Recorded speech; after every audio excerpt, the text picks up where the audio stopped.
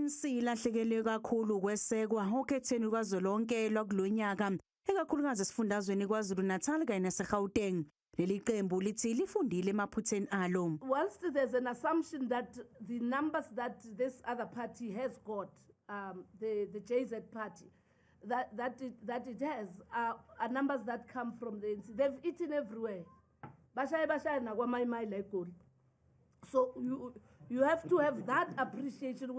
There is something that we need to internalize and say, what was the message that made abantu base Denver hostel to shift their vote from the party that historically they voted for, which is not the ANC, and vote for the MK party. Inhloko yezokhetho ku-ANC uMdumiseni Ntuli ithi ngesikhathi beqala imikhankaso yokhetho iqembu belivele libhekene nezinselele okubalwa kuzo ne-load shedding.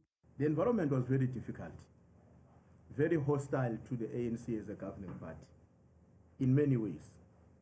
One of the challenges, as you will all remember, was that we began the campaign at the time when load shedding was also at its peak. And the mood in the country towards the ANC and the ANC-led government was quite negative. uKhongolose uthi akulona iqiniso ukuthi kunamalungu eqembu abengahambisani nohulumeni obambiswano.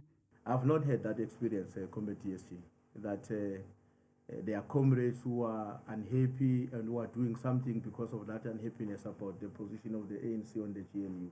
I think we've embraced the GNU and we're leading it. Ubuholi beqembu buthi kuzoqala izinhlelo zokwakha kabusha iqembu nokubuyisa ukwesekwa esifundazweni KwaZulu-Natal naseGauteng.